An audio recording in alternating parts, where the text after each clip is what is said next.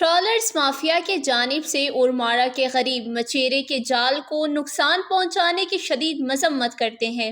ادارے trailer mafia کے سامنے بے بس ہے اور بطخ خوری میں ملوث ہے۔ ماہی گیروں کو سخت احتجاج پر مجبور کیا جا رہا ہے۔ ان خیالات کا اظہار حق دو تحریک کے قائد مولانا ہدایت الرحمان بلوچ نے اپنے ایک بیان میں کیا۔ انہوں نے کہا کہ ٹرالر مافیا کی جانب سے اورماڑہ کے غریب مچھیرے کے جمع پونجی سے خریدے گئے جال وغیرہ کو نقصان پہنچانے کی شدید مذمت کرتے ہوئے کہا کہ ضلع گوادر میں ٹرالرز کی دوبارہ یلغار کر دی گئی ہے۔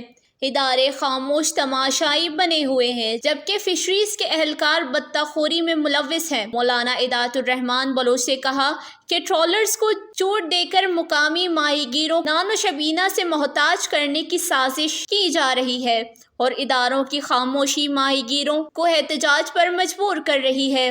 مولانا نے واضح طور پر کہا کہ ٹرالرز کے خلاف آخری دم تک احتجاج کریں گے اور ان کے خاتمے تک آرام سے نہیں بیٹھیں گے۔